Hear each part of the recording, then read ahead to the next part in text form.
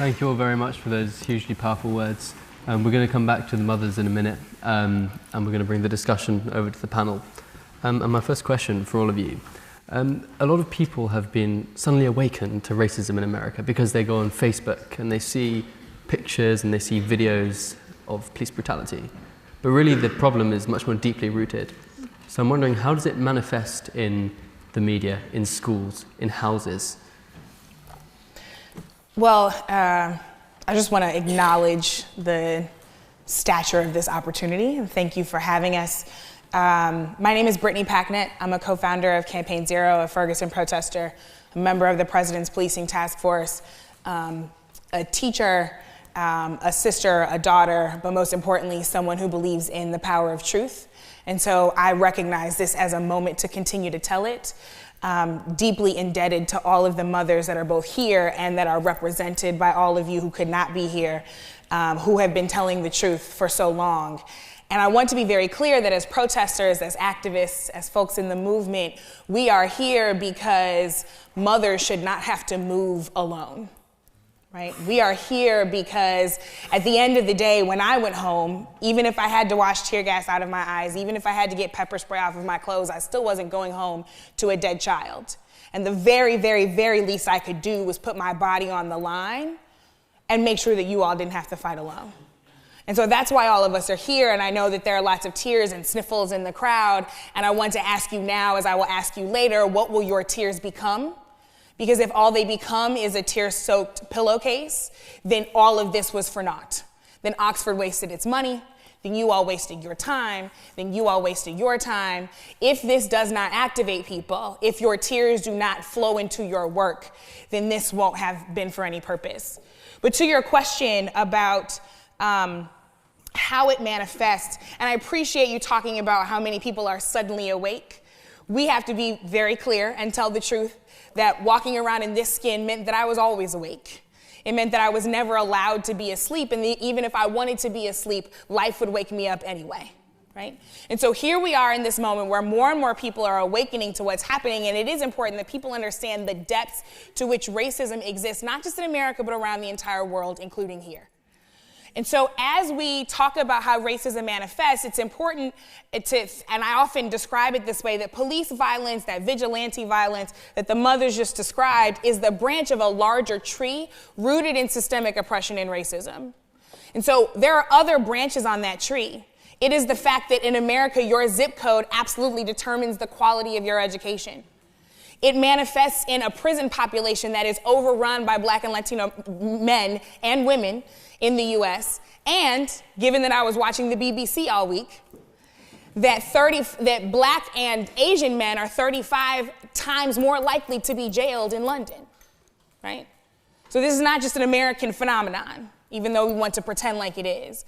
It manifests in inequitable housing, it manifests in inequitable employment, it manifests in media bias. As we heard, your children were put on trial even though they were the victims. Right? It manifests in a number of ways, but I think one of the most important manifestations that people often ignore is that oppression limits your imagination. So when DeRay and myself, our friends Netta and Sam, who are also in the protest movement, co-founded Campaign Zero, we decided that we wanted to say we believe we can live in a world where the police don't kill people. And the number of people who looked at us and said, no, but the police will always kill someone was astronomical. Because we have been led to believe that the way it is the way it always will have to be. And that at most we can lessen oppression, but we can never actually eradicate it. When you are oppressed, your imagination is limited such that you don't think that these kinds of things are possible, such that radical change and radical dreams and all of these kinds of conversations that we're having actually are not achievable because we've been living in this muck and this dirt and breathing in this smog of racism for so long. So I'll end by saying this: racism and the kind of oppression that we experience in America manifests in a number of ways. But I also think that it's important to remember, and I think that this movement demonstrates, that what also comes about is creativity, is love, is joy, is hope. And all of those things in the face of oppression are resistance, right? And we choose to resist by doing those things that make us happy.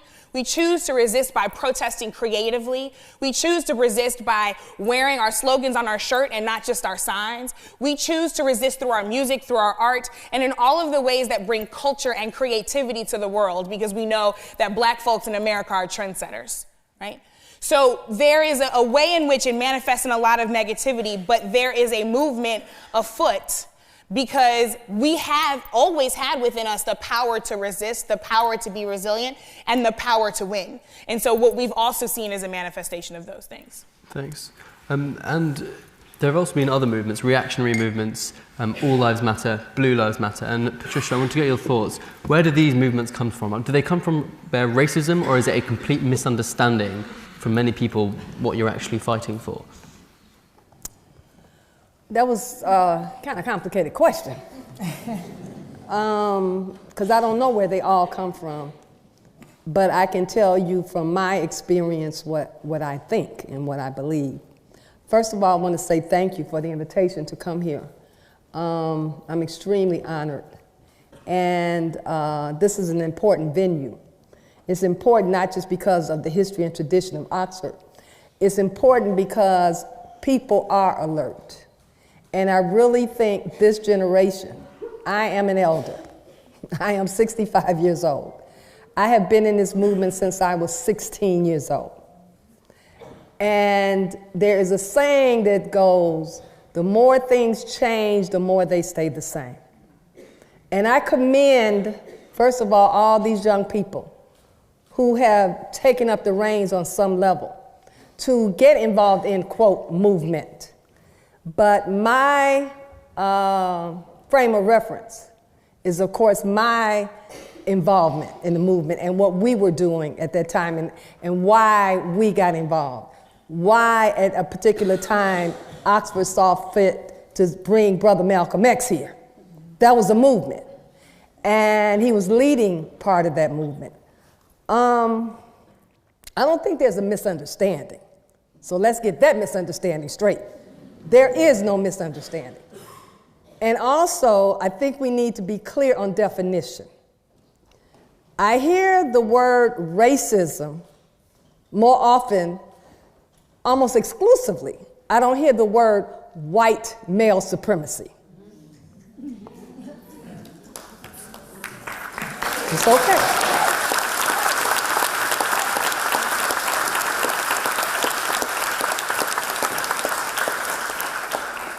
There's a quote that says, one cannot successfully negotiate one's environment until one has successfully decoded it. If we do not clearly, appropriately, and accurately define the culprit, you're going to always be going after the wrong culprit. And unfortunately, I sense, and I'm sort of controversial in this in a generational type thing, in that some of us are trying to soften the blow. I believe in putting the blame where the blame should be. But in order for us to do that, we have to understand history. We have to understand where things come from. White male supremacy is the culprit because you do not see black officers killing white boys.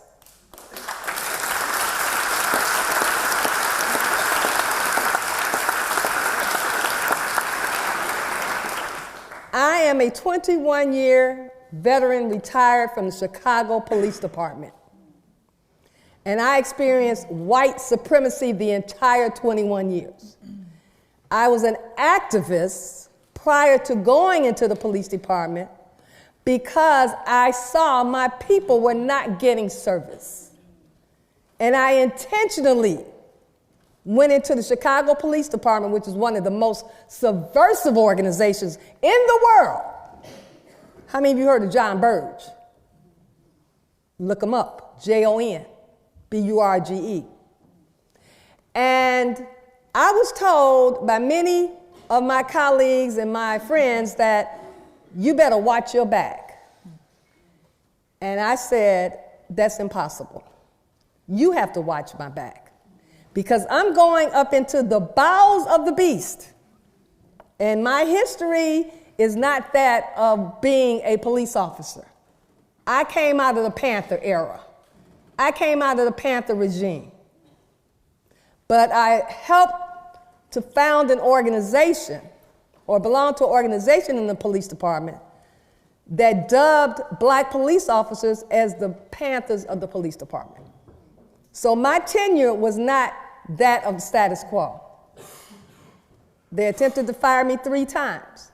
But because the community, I made it clear, I declared it, that I was going into the police department, not just myself, but I'm telling you what I did, going into the police department to ensure that black people would not, at least those I came in contact with, would not be subjected to this white supremacy on the police department. Now, police departments in America and all over the Western world, and that's where policing come from. As a matter of fact, right here in London, Sir Robert Peel is given credit for modern policing.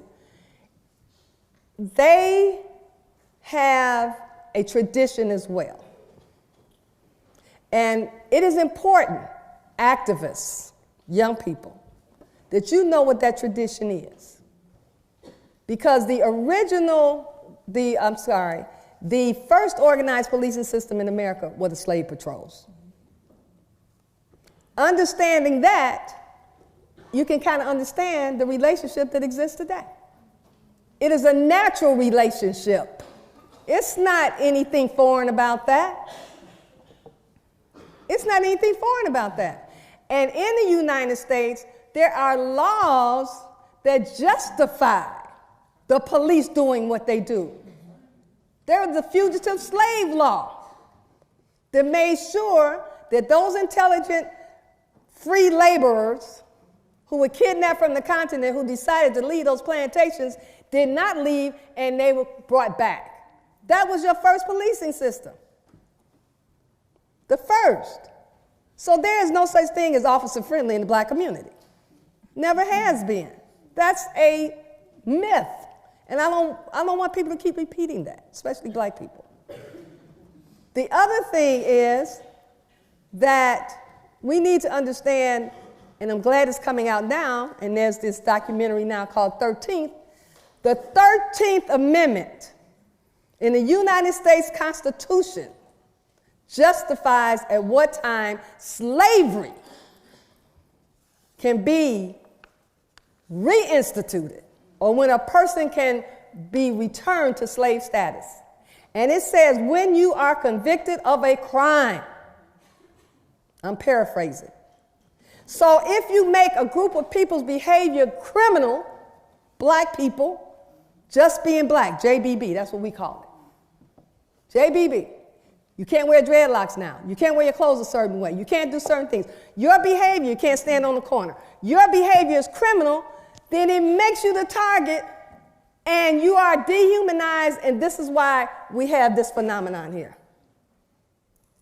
They are justified by the sheer existence of how police departments were set up to kill our people. So when we go into this thing to resolve it, and I hope that's what we're trying to do, and I'm just taking a moment because of the fact that we don't have a lot of time and I don't want to take it all. But we must start at the beginning, and then we can work our way up. The other thing is we cannot be ahistorical. There's an African proverb that says, where there is no memory, lies are believed. And that's what we're being told, because we don't know. So we must, you activists, you young people, this generation, I'm on a college campus, I teach on a college campus. So we have to make sure it's my responsibility to make sure that you get the history. So I just wanted to take a few moments to kind of like debunk this thing of, is it a misunderstanding? Because that's all I heard. I know you said some other things, but that's all I heard. And I'm old school, so there's a song that says, ain't understanding mellow. So I hope we have an understanding. Thank you.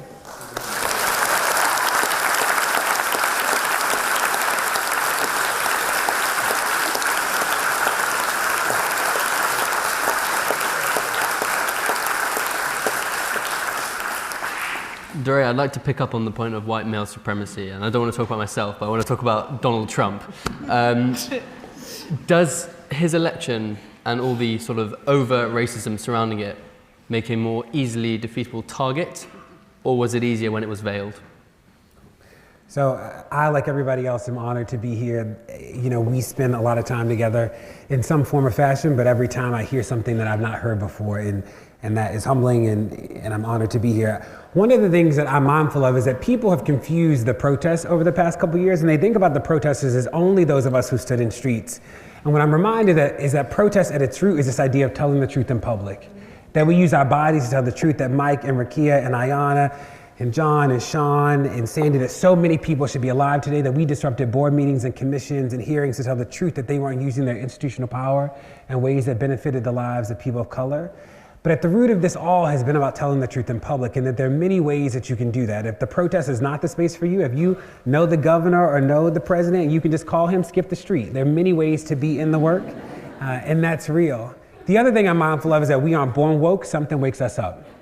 And for some people, it was a tweet, it was a Facebook post, it was an Instagram post, and we have to value that. So I've seen people critique like social media activism or Twitter hashtag activism, and what's real is that so many people learned about these things for the first time because of Twitter. I was just talking to Miss Geneva, and I learned about Sandra Bland because of Twitter. We made this whole website. It was, so much of this was because of social media and flattening the landscape that allowed us to tell the truth. But at the root of all of this is this idea of truth telling.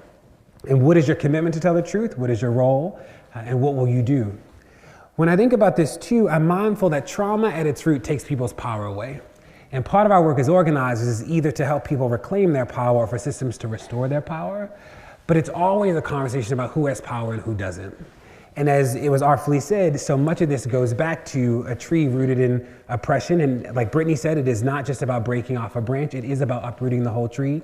And it's also about being honest about where it came from, who planted the tree in the first place, right? We didn't do it. It is about white male supremacy. It is about a context much bigger than we are often talking about in public. And what is real is that we can't fix things we don't talk about, which is why as the protesters, we talk about it all the time. And people look back at us in Ferguson in the early days, and if you ever saw us marching, I remind people that we didn't march because, in solidarity with the civil rights movement, we marched because we had to. It was illegal to stand still in August and September and October of 2014 in St. Louis. It was the 5-second rule, so if you stood still for more than 5 seconds, you were arrested. So we marched because we had to in circles, all day long. And I asked people, how long were we in the street? And people are like, oh, you were there for a month, 2 months. We were in the street for over 380 days. It was a long time that people stood in the street every single day. And the protest spread across the country, which was really beautiful because it showed that so many people were standing up where they were and using their voice in ways that they did not know that they had. Now, when we think about Trump, which is the hot topic today, because Lord knows we did not want him to win, none of us did at least, is that what's interesting about Trump is that it was the battle between no ideas and ideas that people didn't love all the way, and no ideas won. And when you look at it, it's we actually don't know what he believes, right? He believes in the wall, banning Muslims, and kind of taking away Obamacare. But besides that, he actually didn't release much. But we know that he ran a campaign that was rooted in racism, bigotry, and xenophobia. And it looks like he might govern in the same way that he campaigned, which will have dire consequences for so many people of color.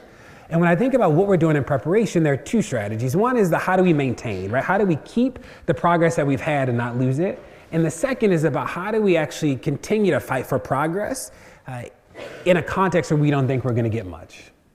And in this moment, it is a question of can we organize? I think about 2 years ago, people thought that there was a problem in Ferguson. They did not think there was a problem across the country.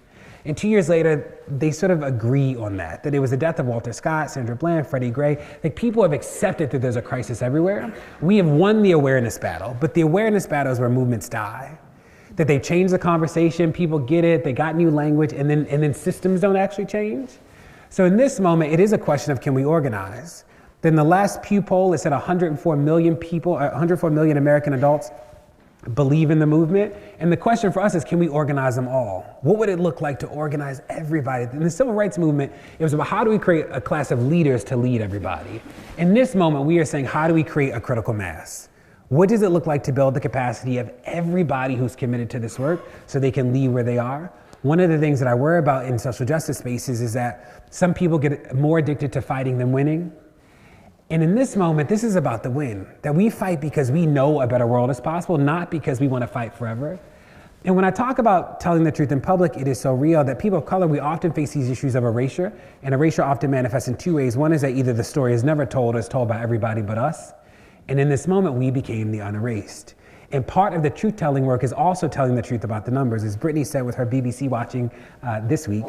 But also when we think about the states, the police kill about 3 people a day in America. And if you get killed by the police in America and it's not written about in a newspaper, you are not in the data set. There is no national data set around police violence that is collected by the government.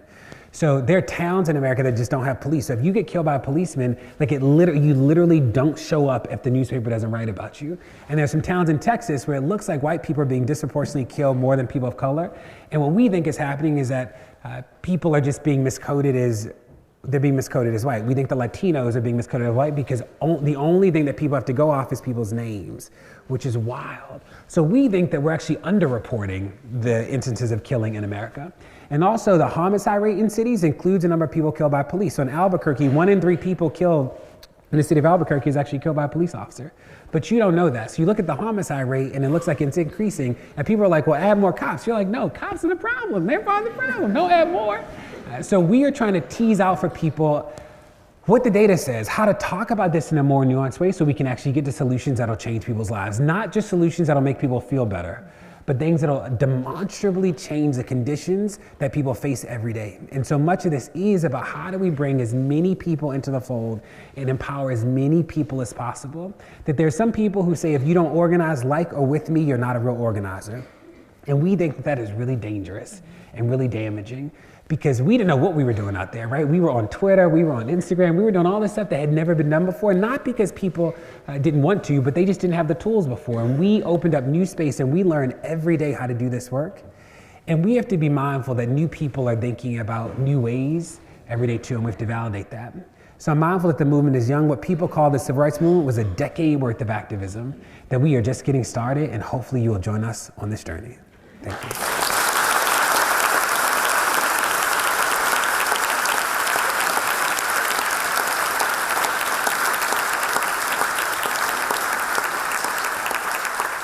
So I asked for permission to add something very quickly. We have to be very clear. Donald Trump is the symptom. He is not the virus, right? He's another manifestation of what this tree is rooted in, but he is a branch, right? That his administration, the people he's appointing are a branch.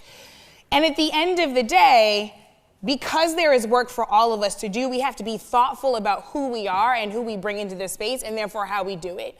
Because the amount of privilege that you have when you come into the space of organizing should help dictate how you actually go and operate, right? If you have all of the privilege and then you go and center yourself in the conversation, that's the wrong move. If you recognize something as a sickness, as an illness, then you have to actually treat it correctly, right? So if the symptom is Donald Trump, but the virus is actually white supremacy, racism, and systemic oppression, then we have to treat that. If we're going to treat that, then we have to look at who its direct beneficiaries are and who built it. So I wrote an article last week that lots of people liked and lots of people didn't like, because the day after the election, I woke up and I texted all of my white friends and I said, what is your plan? And I said, what is your plan? Not because I didn't have a plan of my own, but because I have my work and it's time for you to do your work. I'm tired of it always being on the backs of people of color for us to spring to action when it's us dying, right? When it's us suffering, when it's us going through all of this stuff, right? Is there organizing work for us to do? Absolutely. Is there work to heal ourselves? Absolutely. Is there work that we have to do to handle this thing called internalized depression? Absolutely. But if you are a direct beneficiary of white supremacy, male supremacy, straight privilege, cis privilege, et cetera, as the direct beneficiary, you have the most power to dismantle that thing. There are conversations that white folks can have with other white folks, and I can say the exact same thing, and people will not listen to me, right? When you sit down at that Thanksgiving table, you have the power to tell Uncle Johnny that's racist, and you don't get to say that at this table. I'm not at your table. You are. So the question is, how will you go and do your work and actually ensure that we are attacking the virus and not just the symptom?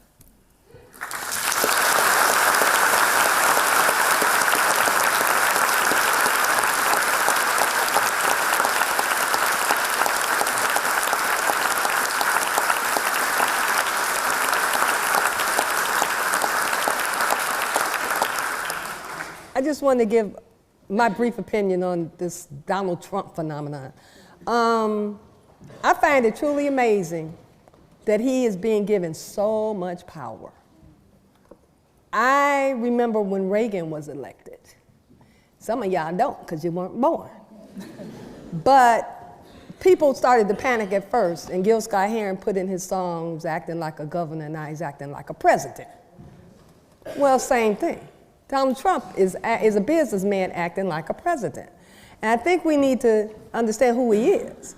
And just because he's elected to an office, some people did elect him, I guess. He did tell us it was rigged. He didn't say it was going to be rigged in his favor. You thought he meant if he lost, it was going to be rigged. He told you it was rigged.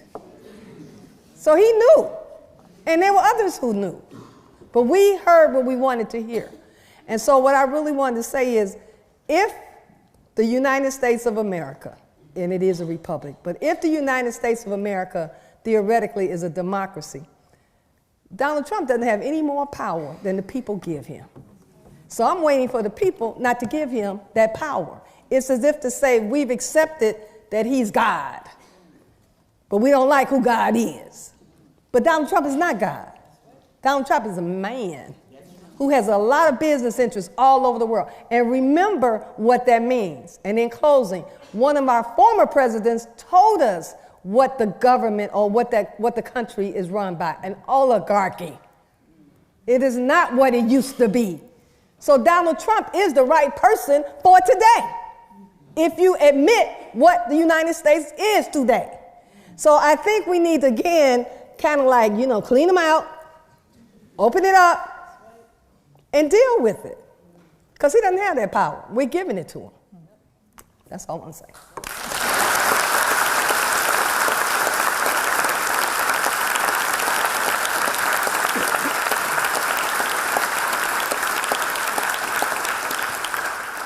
Now, you were talking about symptoms before, and one of the most damaging and horrible symptoms is police brutality. And I wanted to ask some specific questions about that, and I'd like to hear all of your thoughts on that before we open up to the audience. Now, Campaign Zero identifies 10 categories for policing solutions, ranging from demilitarization to implementing body cams on officers to improving community representation. Which of the 10 categories do you see as the most difficult to address? And in other words, what's the greatest challenging in addressing police brutality and inequality under the law? So I will say it's two things from my perspective, and obviously I'm sure DeRay has thoughts here. One is back to that imagination piece. I think, part of our orientation toward creating Campaign Zero was because if you're going to have a radical dream, then you have to take purposeful steps toward it, right? So dream radically and act purposefully. That is what Campaign Zero is supposed to be. It arms people at the local, state, and federal level with an agenda, right? So if you're out in the streets, if you're putting on that pressure, what are you putting on that pressure to go and do?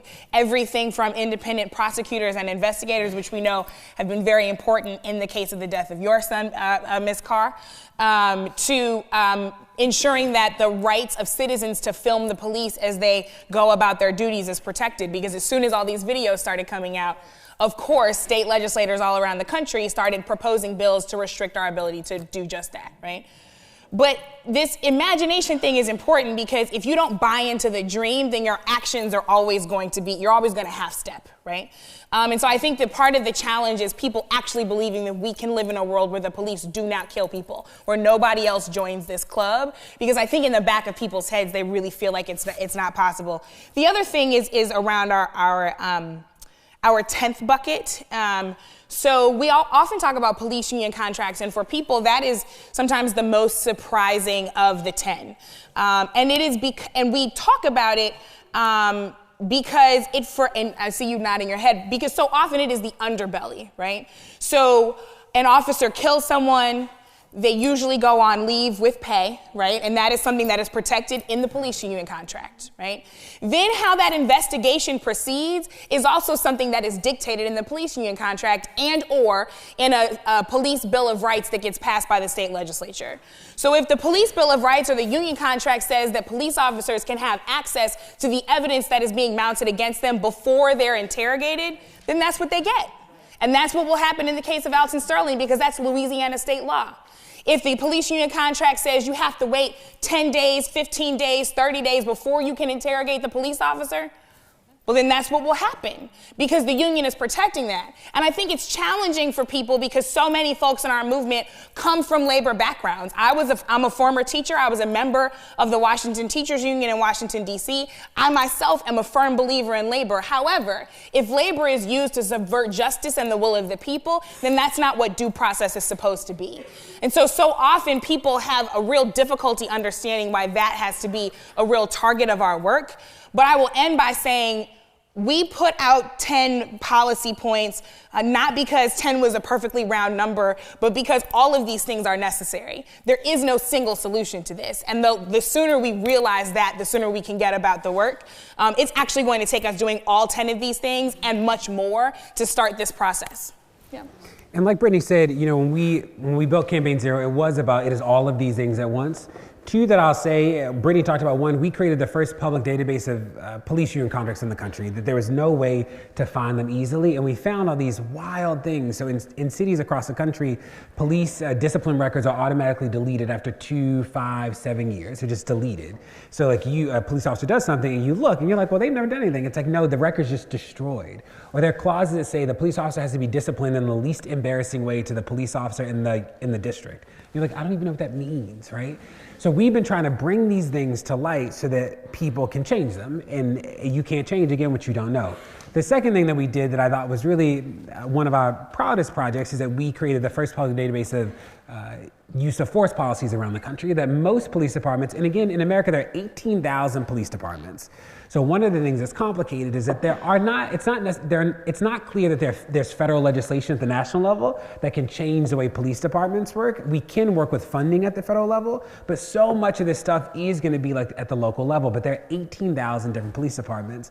So we used the 100 largest cities and we got the use of force policies from them. And in so many cities, it doesn't actually require that the officers de-escalate. So if they use deadly force immediately, it's like well within their power. In Baltimore, where I'm from, it just became against policy to hogtie and chokehold people. That's wild. Like, who's getting hogtied in 2016? Like, that is stuff that's like permissible in so many of these contracts. So we've been trying to bring this stuff to light. And with body cameras, the movement is split about body cameras. Some people feel like, rightly so, that if you believe in community policing, if you believe that the police should be in community to keep people safe, and then you give every police officer a camera, then you've essentially created a new surveillance state. And there are people who rightly are they question the body camera angle. And what we say is that there's been almost no police officer that's been held accountable in any way, or even the threat of accountability, without video. So we veer towards video than no video, whether the video is a cell phone camera, a dashboard camera, or body cameras. What's interesting, the White House is actually partnered with the university right now, and they are trying to see if we can actually use the audio from body cameras to detect aggression in officers before there's trauma, right? So right now with officers, it's like the police kill somebody, then you look at the footage, but what if we could use the audio to detect if officers are aggressive before something happens? And there's like new pioneering technology around some of this stuff that we're really interested in. So I'm hopeful to see what this stuff looks like, but again, policing is a small part of a much broader conversation, and we started there, and hopefully the next work will be around the concrete solutions to end mass incarceration. I think that is where so much of the conversation is spinning to, which is important. And I do think that, one of the things about Trump is that he does not have a mandate, that the country did not overwhelmingly support him. He won the game. He did not win a mandate. That Hillary still has more people who supported her in that vision, and that's important as we go forward, because I worry about the Democrats might take the high road to oblivion, that all of a sudden people who were like, he's the devil, are suddenly like, let's sit down and talk to him. And you're like, but I thought you said he was really bad. And we are pushing people to keep those commitments to making sure that we focus on the underserved as we keep going. In regards to the power of the police, because that's what we're talking about, these contracts are interesting because they're negotiated with the local legislators of every municipality. There is an understanding that your police department is the militia of the municipality, and it acts on the whim of the mayor or township person. This gives them, and is done vicariously through the people. Because if you elect these people, theoretically, they are carrying out your wishes through the election. So there's things called recalling public elected officials, participating in elections by voting and voting people out, all these kind of things. A lot of it, again, goes back to participatory democracy, if we're going to do it. We can't do something and then start complaining after it's done that we didn't like the results. On the front end, we can stop a lot of this. Now, the police system is very important because it is the introduction to the criminal punishment, eventually mass incarceration phenomenon. And we need to understand why the United States especially has to maintain or has to allow for the police to be in control. Because mass incarceration and imprisonment, they are revenue generators. America is built on a slave economy. I have to keep going back to that because it's like we want to skip over it. It is built on a slave economy. The legislators, the think tankers, they're not trying to create another economy system in America. They're trying to improve upon the one that they know has been tried and proven, the slave economy. So you have to identify folk to become those individuals who will be targeted to feed into the prison industrial complex. President Eisenhower pretty much told us that a long time ago. Again, we weren't paying attention. I have to say these things because one of the things I learned is that, again, using a West African term, Sankofa. In order to move forward, you have to go back and fetch it. There is nothing new under the sun. And we keep wanting to reinvent the wheel. You don't like what the police do? Become the police. That's what I did. Your mama, your daddy, your sister, your uncle. We have so many people whose family members are the police, and we give them a pass. Why do we do that? We shouldn't do that. They should catch hell every day. Did you shoot anybody today? Did you disrespect somebody today? Why don't we do that? So in many ways, we're complicit.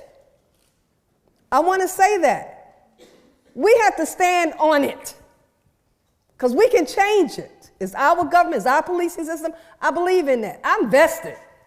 My ancestors built that country against their will without getting paid.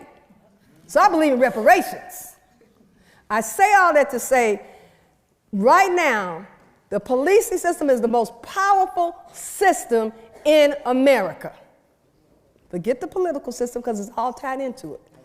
In Chicago, I'm not going to cast aspersion on any particular ethnic group, but going back to the history, 3% of the population in Chicago is Irish.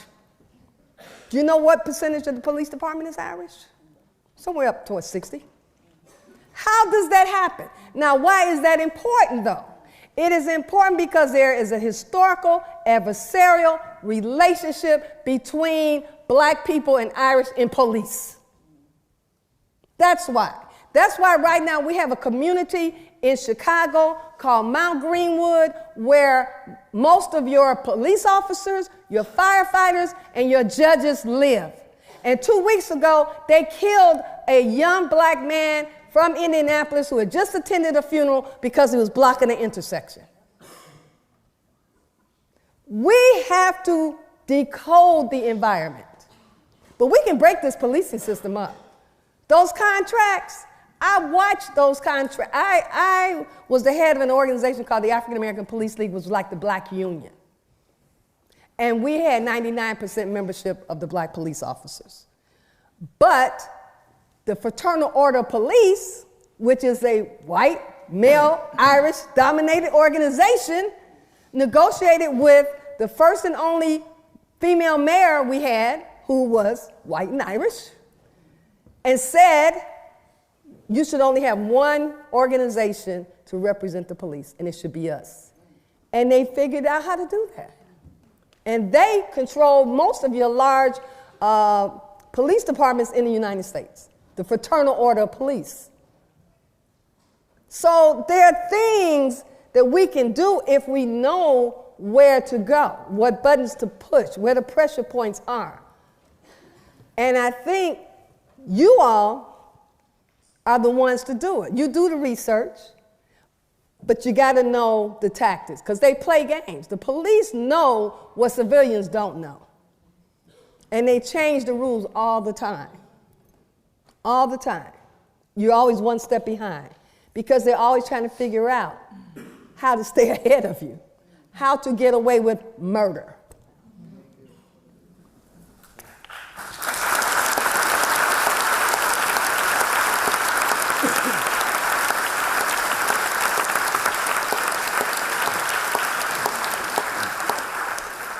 So I'd like to spend the last 20, 25 minutes taking some questions from the audience. If you could say which panel you want your question to go to. If you don't have a particular preference, we'll just throw it about. And if you have a particular question for a person, say the name, and we'll bring everybody into the discussion. So if you'd like to ask a question, please put your hands up. Don't be shy. Let's go to the person over there and stand up when you've got the microphone, please. Hi guys. So all of you at first mentioned how honoured you feel to be here, but I feel like on behalf of the entire university, I want to say how honoured we are to have you here, and I want to thank you for coming all the way here. You're so far from home, but you are so welcomed here. And racism does not stop here, unfortunately. Even in an institution like Oxford, a top academic institution here, and sometimes it can be really hard, and you can be told to play the game and to just kind of repress the things that you want to talk about and the things that you want to raise. So how, on a personal level, do you deal with that when you're told to kind of play this game and just get on with it? How do you kind of stay motivated and, not feel the need to be tired and go back to sleep? I mean, how do you do that on a day-to-day basis? How do you get through it? Because it's not easy. To this side, does anybody want to come in there? Yeah. One of the things that I can absolutely say that I do is I stay motivated, which is hard. I've learned to encourage myself because there were times when I was not strong, but I continued to tell myself that I was, and I became that. And so it's kind of complex to figure out, but I told myself that I'm strong, I'm strong, I'm strong. And as soon as I continued to tell myself that, I got up off the floor where I was on the floor crying, weak. But it's what you tell yourself. You kind of program your mind to believe what you will become. And so that helps me a lot. The other thing that's very important to me is my son. And I tell people all the time, not even the death of my son will separate me from the love of my son. So it's through the love of my son that's in heaven and on earth that continues to motivate me and keeps me going.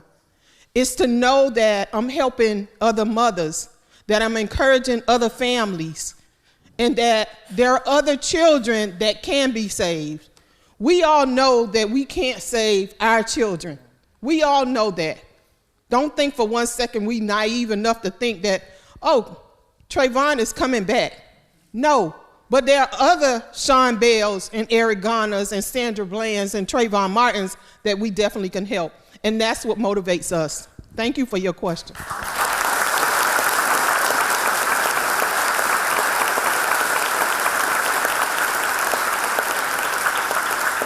Young lady, just answer. Stand up for a second. What is your name? My name is Zara. Zara? Thank you for your question. But I will say this to you, and I mean it with my whole soul. When there's something in you that needs to come out of you, and somebody tells you to play the game, you do understand that no is a complete answer. That's complete.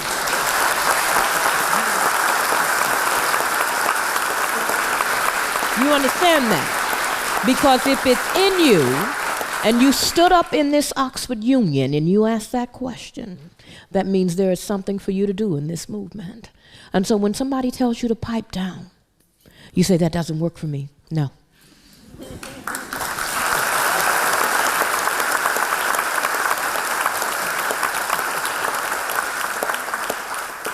Thank you. There's a hand in the second row over there. Yeah. Oh, thank you. Hi, my name is Eddie, and I'm a master's student here at Oxford. My question is really around the importance of intersectionality, and I suppose this is for Brittany and for Dure as well. How do we ensure that in our conception of Blackness that we are attentive to Black queer lives, Black trans lives, Black disabled lives? How do we ensure that we move forward with the multi-issue politics in the movement?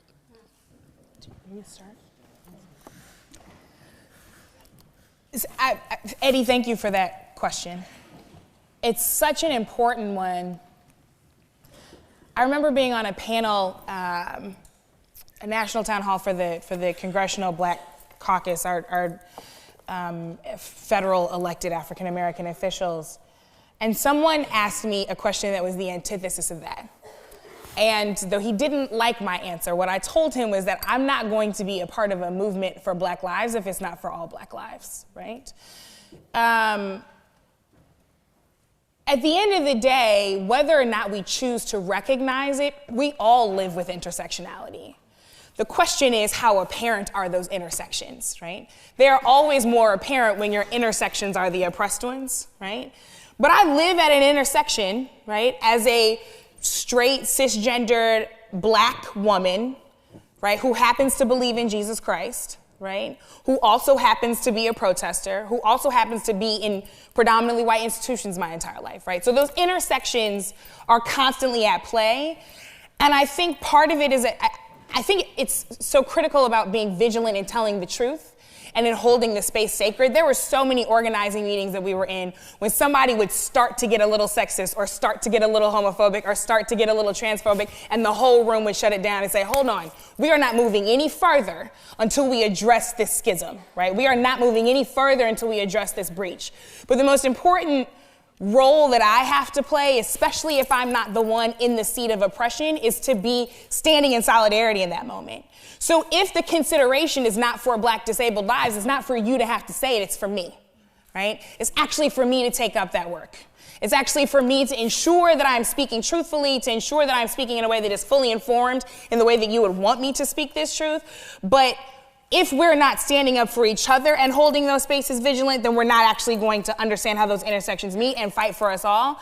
And so I appreciate that question, but I also want you to know that that's not just on you. That's on us too.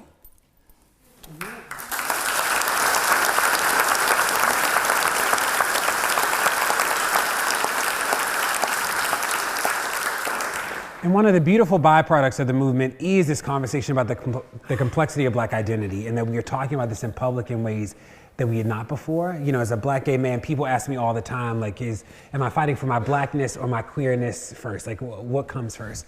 And there was somebody, one of my friends, Miles, said it perfectly. This idea that my Blackness and gayness are not like oil and water in my body, that it's intimately a part of who I am. It is all one.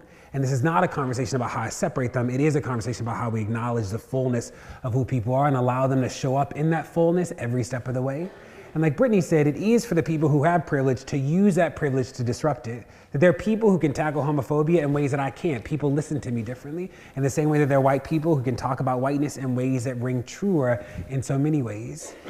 And that what we, I think, have done, again, not even necessarily intentionally in the beginning, is opened up these conversations to be as public as possible. And I've seen so many people who didn't know that they had space suddenly find space, right?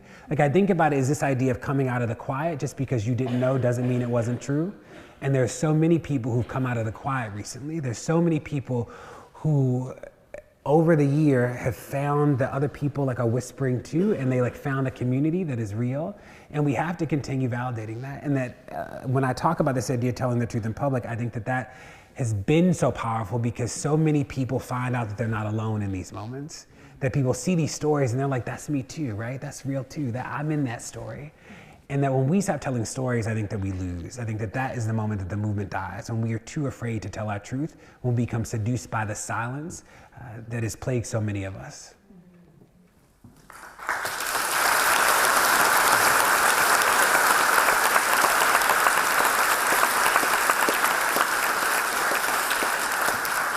Let's go to the gentleman here. Good evening. Firstly, thank you so much, and God bless you all for being here. Just your presence kind of vindicates all of the feelings that we have so much. We really appreciate your presence. One of the questions I wanted to ask was something that's pertinent to kind of student politics, particularly in the UK at the moment. What's happened is there's this historic use of the term politically black, which has in the past, I think in the 60s and 70s, when there was the kind of Afro-Caribbean struggle in the UK, it was used as a kind of term to encompass people who weren't black by kind of black by skin color, but people who are identified with the black struggle. But in kind of recent times, we've seen almost like really, we've seen really funny offshoots of that term political blackness, in the sense that, so to give you an example, do you know who Zayn Malik is from One Direction? Oh, yeah. Oh, yeah. No. So... I was like, oh, yeah. Yeah.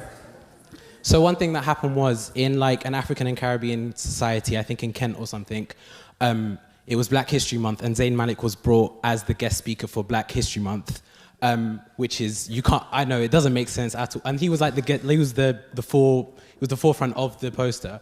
And one of the things that's brought back to political blackness is that it's created an atmosphere where it's almost silencing and erasing black narratives by allowing people who aren't racialized as black to speak for black people. So I just wanted to get your thoughts on where the limit lies between a movement that encourages universal mobilization and a movement that actually does so in a way that silences black people, and how we can navigate that going forward.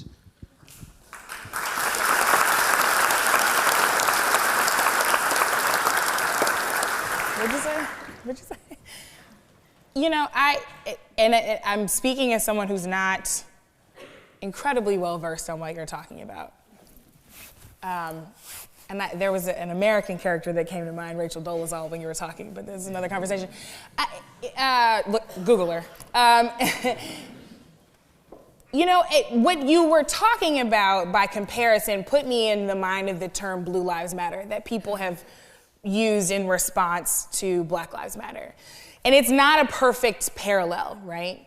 But it is to say that it reminds me that every time someone says that, I always remind them that blue is a uniform you get to take off and black is not, right? And so there is something to be reckoned with about the privilege to be black today and not black tomorrow, right? To be politically black, but like not have to be black when the police are knocking at your door. That folks have to reckon with. And I think it is one thing to stand in solidarity, right? It is one thing to attempt to be an ally, an accomplice, a co-conspirator in liberation and equity work. It is another thing to say that in order to stand with you, I have to identify as you, that erases people, to your point. And I think, you know, I often say that the role of the privileged folks at this work is not to place yourself at the center, it's to place oppressed people there, right? So if I build this table because I have the tools and the means to do it, I need to actually build the table and then let somebody else sit at it.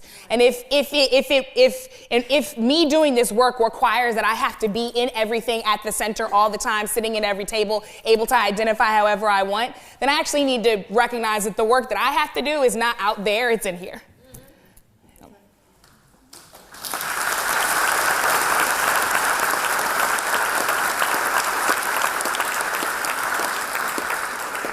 I was joking with Brittany, I don't want anybody to write a story being like, DeRay hates Zayn Malik. So, you know, I have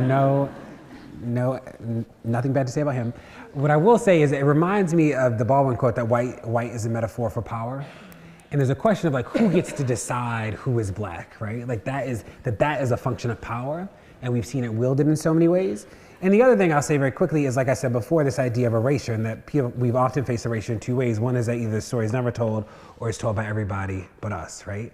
And this idea that people get to identify as black when it's convenient, but You know, when I'm outside in a hoodie, nobody cares that I have all these Twitter followers, nobody cares I'm an activist. I just look like a black guy who's dangerous to people, right? And people who get to be politically black and politicized in a way, but don't have to live it every day, live in a very different world than those of us who don't get to take it off do. And that we have to push back on this issue of erasure by centering blackness and not being afraid of it. And so many people are afraid of it. There are a lot of people who like love black people until they actually have to put something on the line, right? And part of our work is to force people to put something on the line, like at every step, like make people show up. And it's one of the things that I'm mindful of too, back to the earlier question about like, how do you continue to do this work, is that some of it too is putting the cognitive work on other people. That as oppressed people, like because we know things are wrong, we get so intense when we talk to people and we're like, da-da-da-da, and they're like, no. And you're like, da-da-da-da-da, and they're like, no. And then you like Google, you have like a great argument, and they're like, no. And like in that moment, you've actually not shared the cognitive work, right? You've not asked them to do any of the processing work, you've done it all. And like we have to share that. Putting the work back on other people has to be what we do, because we'll exhaust ourselves, right? And any person of color has probably been in that situation. You're like arguing somebody down, you're like, that's racist, that's wrong, and they leave like no mind change, and they actually haven't done any cognitive work either, and we have to share that work.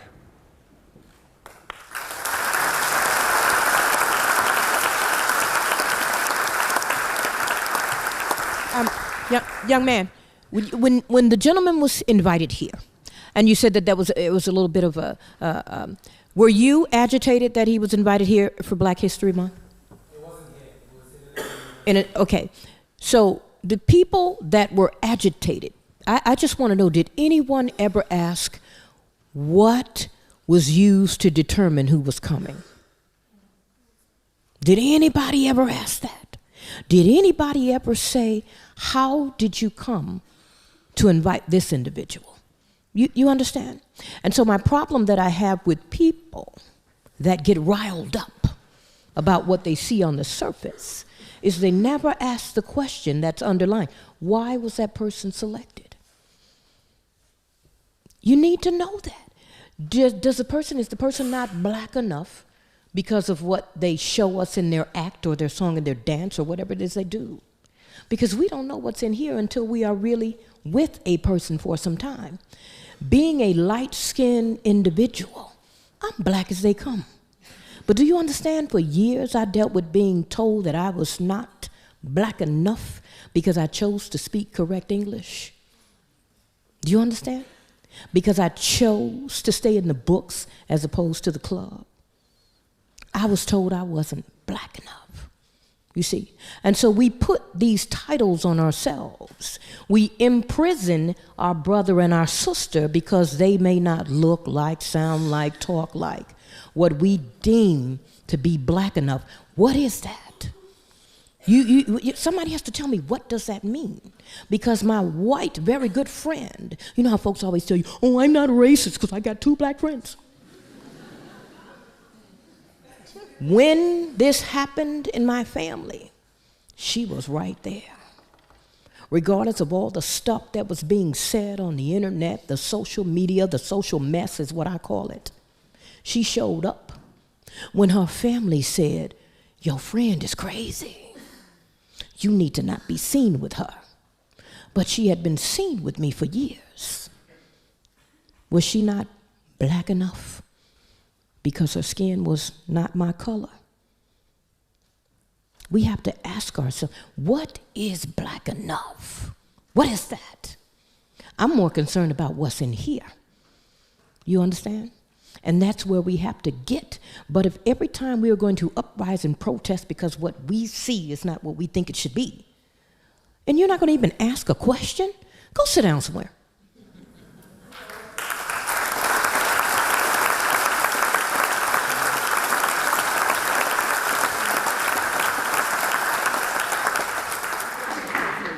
I was just trying to find out if anybody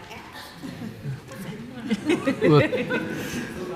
We'll take a couple more questions. Could we go right to the back? Yeah, just by the window. Hi, I just wanted to reiterate everyone's thanks again for coming. It's been really powerful to hear you speak. My question was about tackling white privilege, because I think what we see now often, especially among white working class men, is that they say, well, I'm so sick of being told that I'm privileged, I have it just as hard as anybody else. What do you think is the appropriate way to respond to this sort of defensiveness in a more effective manner? Did one of you want to comment on that? Did you want? Yeah. For a question like that, I don't look at the color of your skin. Like she said, look at your heart, what you're able to do, especially the gift that God has given you to do the work today in society. I don't look at anyone's color of their skin. I have friends of many nationalities. I don't say, you're my Asian friend, you're my white friend, you're my black friend. No, you're my friend, because you believe in what I believe in. You stand with me when there's a time that's needed to stand with me.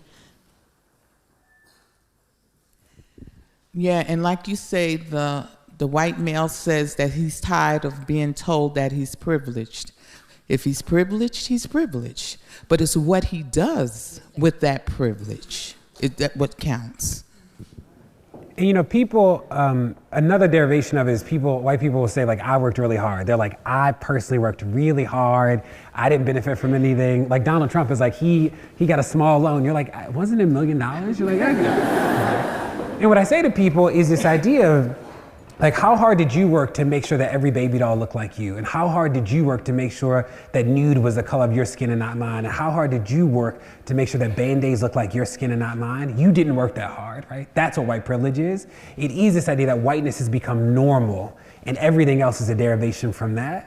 Like, that is what white privilege is. It's not about how hard you individually worked. It is about a society that props up, like, you and your body at every step of the way and helping people answer those questions. This though is also part of the point I was making earlier about whose work is that, right? Because I have exhausted myself trying to explain that to someone, right? That is actually not my work. I have cognitive burdens that I have to take on every single day to do what is actually my work without adding to it, right?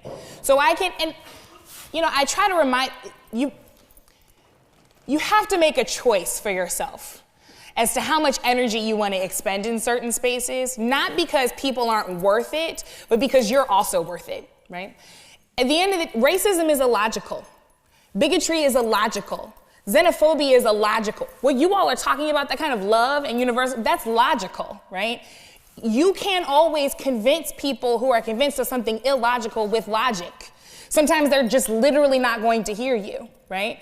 And so if you have taken the time to try to do that, the question is, who may be more effective? Because there are exercises, there are privilege walks, there are reflections, there are lots of ways in which we've seen people come to grips with these kinds of things, but who facilitates that work makes a difference.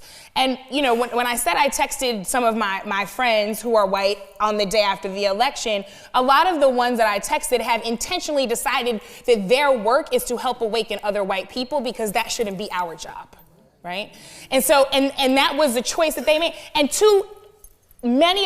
I put it on Facebook, I put it on Twitter, I texted multiple friends. I kid you not, I had no less than 100 responses where people said, here is my plan, right? They're saying, I'm gonna get readmitted to the bar because I know lots of people are gonna try to start to deport lots of people and I wanna help fight it, right?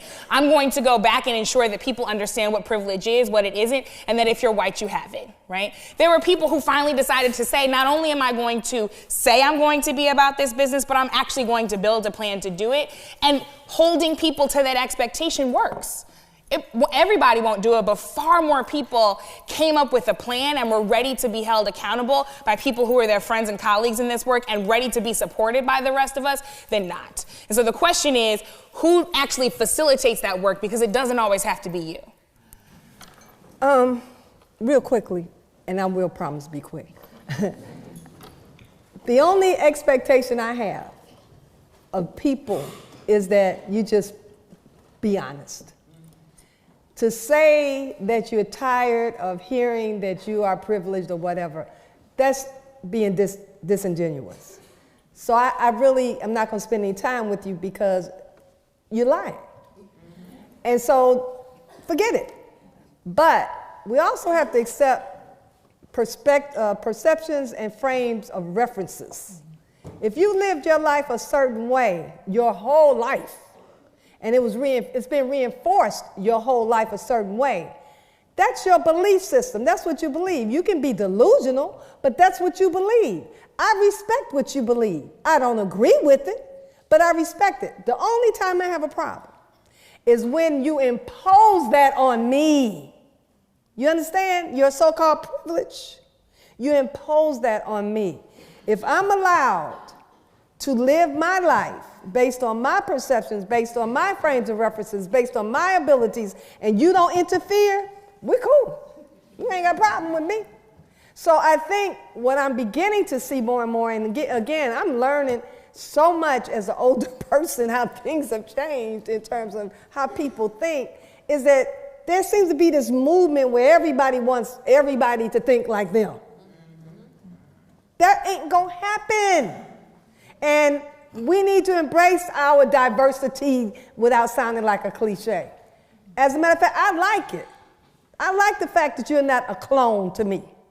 It's really okay because that's how I learn. So I think we kind of like micromanaging, if that's the proper term, this whole thing of what white people, should take blame for and what black people should be doing. The bottom line is we have issues because of inferiority and superiority. That's what we have issues about.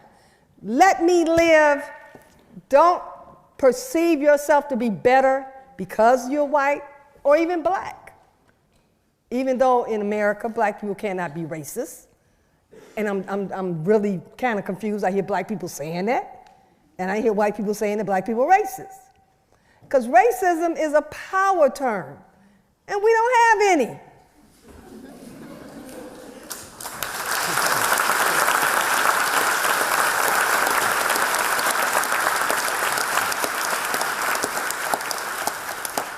Let's take a couple of final questions. Sort of a big hand right in the middle. I can't see your face. Yeah. Oh, sorry, yeah. Thank you all again for your courage and for sharing your stories, particularly the mothers. But my question is for DeRay. I was wondering if you could shed some insight into your campaign for mayor of Baltimore and whether or not your perspective on whether or not electoral politics is a good avenue for change has changed since you were an activist and then a candidate and now an activist again. Yeah, so it was the longest 83 days of my life. It was very long in so many ways, and I learned so much. I believe that we have to be as organized on the inside as we are on the outside, that an outside-only strategy is not a strategy to win, it's a strategy to fight forever. So I believe that, and I believe in systems and structures. I also think that systems break in pieces, and part of our work is to think about what the pieces are that we can break off that allow us to tear down things that don't work and rebuild things that do work at scale. But in terms of election, it was interesting. So I had about 800 followers on Twitter in August of 2014 when the movement began. I have about 600,000 now, so it's been very different. And the social media stuff only backfired in Baltimore. Like in Baltimore, it was bad every time because the newspaper run stories and they would be like, DeRay has more followers than voters, and like that didn't help, right?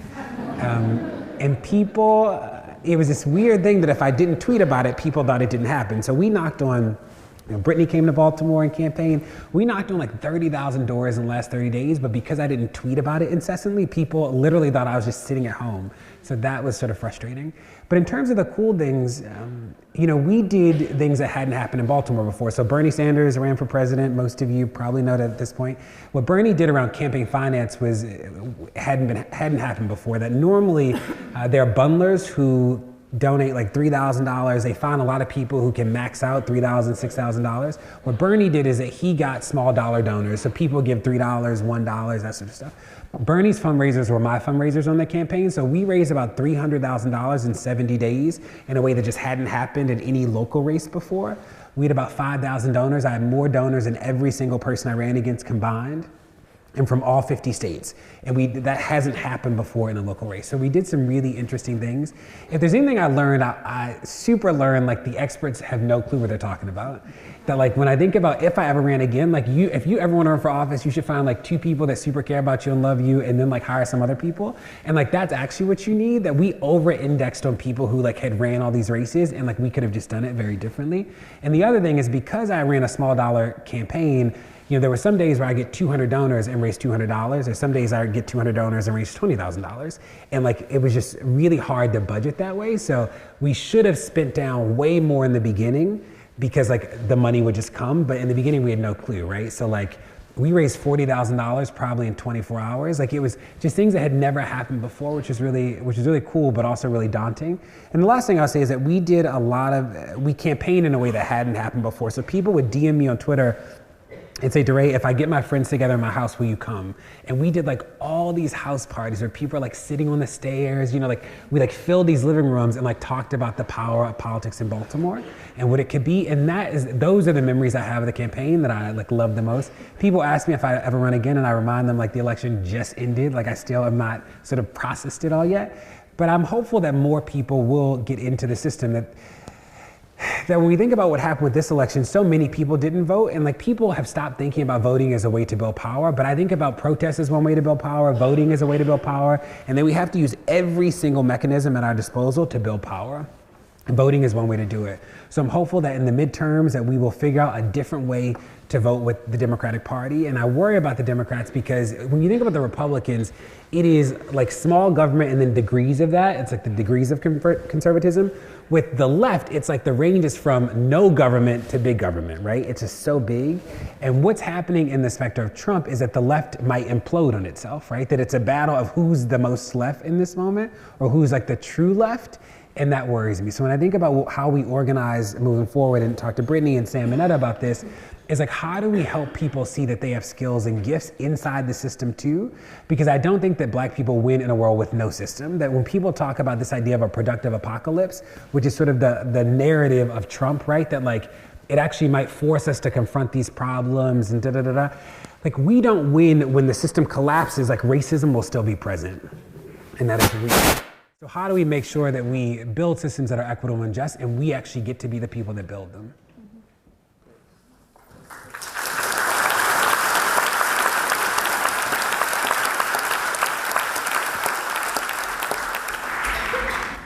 Let's take another question, and depending on how long the answer is, that might be the final one. You telling us to keep it short? We'll see. We'll see how interesting the question is. Let's go to the woman in the second bench there. Thank you so very much. Thank you for activating me today. I remember before coming to Oxford being like, I'm going to get my non-threatening black hair weave, be quiet, I don't want to fight in this space. How are we going to navigate? We come here, like Eddie, studying public policy, the next generation of leaders, and you realize you can't run from fighting, you can't run from speaking up. It will come and find you. And so it doesn't matter if I have straight weave on, speak properly, I'm still a Black woman, African, whatever, and we have to stand up. So thank you for really just igniting, reigniting me today. For the mothers, you remind me a lot of my own mother. I can only imagine what you went through. For me being here, I'm not supposed to be here, but we're here in this institution. We come as one, stand as 10,000. So what is your vision? We do this for our mothers because they never had the opportunities and couldn't be in spaces like this. So I just have one question for each of you. What is your dream or vision for young Black men and women today?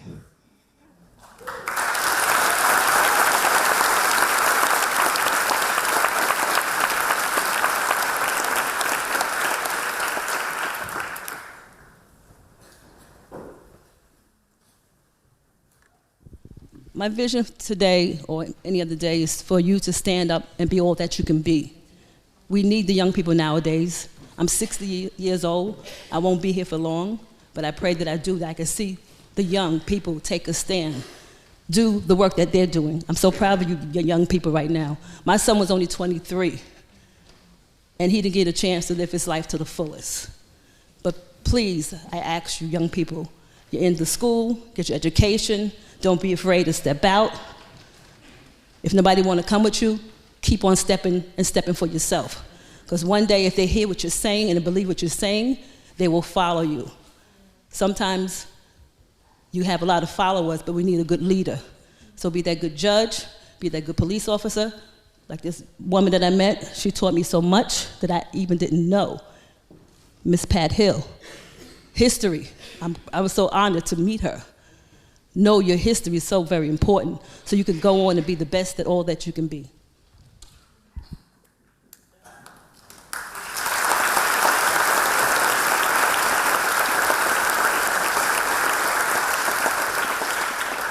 One of the things that I believe is a lot of people think that we have to go from hate to love or from love to hate.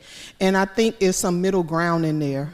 One of the things, you know, I feel deeply about is you don't have to love your neighbor, but you do have to respect them. And right now, some of you guys are sitting next to someone that you haven't even said hello to. And you're sitting right next door. You might live right across the hall from someone that you don't even know their name. You have not even introduced yourself to your own neighbors. What kind of people are you? What kind of people have we become that we can walk next to a person and not even say good morning or good evening? We really have to get back to the basics. And it's about respect. It's not about if your hair is long or short or what religion you are or what school you go to. You could go to a community college or you can go to a fine university such as this one. You can come from a well-off family or you can come from a poor family. It's about respect. And we have to get back to the basics of respecting one another as being a human being.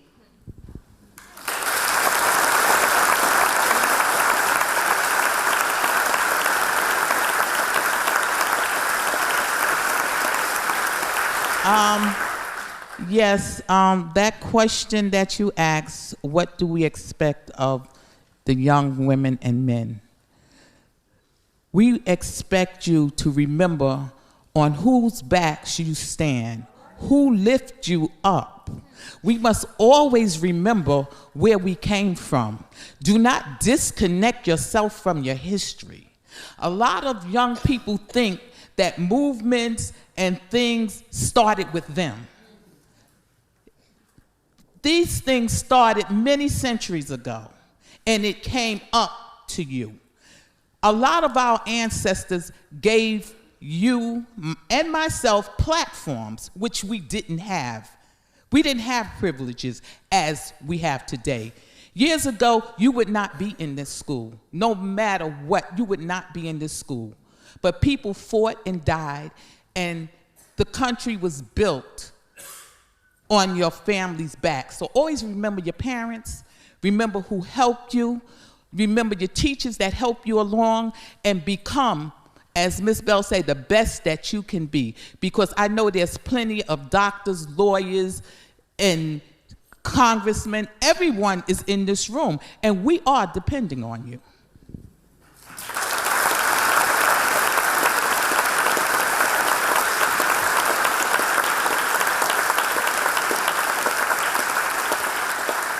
Young lady, thank you for that question. And what I always say, that I am really, really, really hoping that each young person in this room and every person in this room really figures out what it is you have been called to do and be about the business of doing it.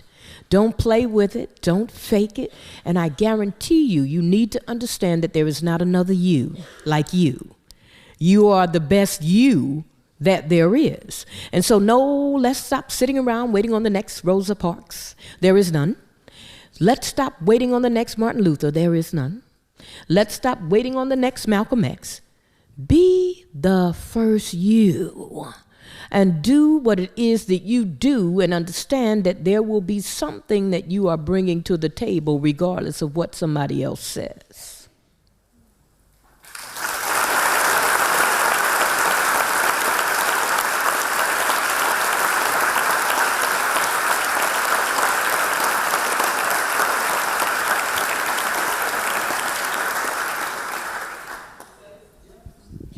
I just want to say it's an honor to be here, and I hope that we have said something that is thought-provoking.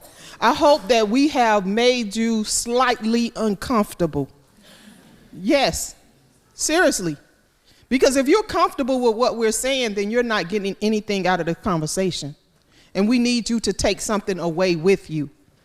I'm sure you heard about most of the tragedies here. You know, everybody call them stories, but it's not a story for us. But just make sure that there is some type of action, that you are doing something to help your community, to help people in your area. Just try to make a difference, to make a life change. This has to change a life. It certainly has changed ours. We complain a little, the moms do, but that's any mother. That's any mother. We complain, we moaned, we said a few things, but at the end of the day, it's just an honor to sit here. It's an honor to speak to you. It's an honor to just have a platform to talk to you and discuss these issues. It's not that we're angry, and we should be. It's not that we hate anyone, because we don't. It's not that we are opposed to handguns, because we're not. It's about making a change. The final thank you is a thank you to every single one of you for being here, for flying here, for telling us things that were not difficult for you to tell us, not easy for you to tell us, not easy for us to listen to, but nonetheless were hugely, hugely important. And I certainly feel activated, and I'm sure everybody else here does too. So if everyone once again could get on your feet and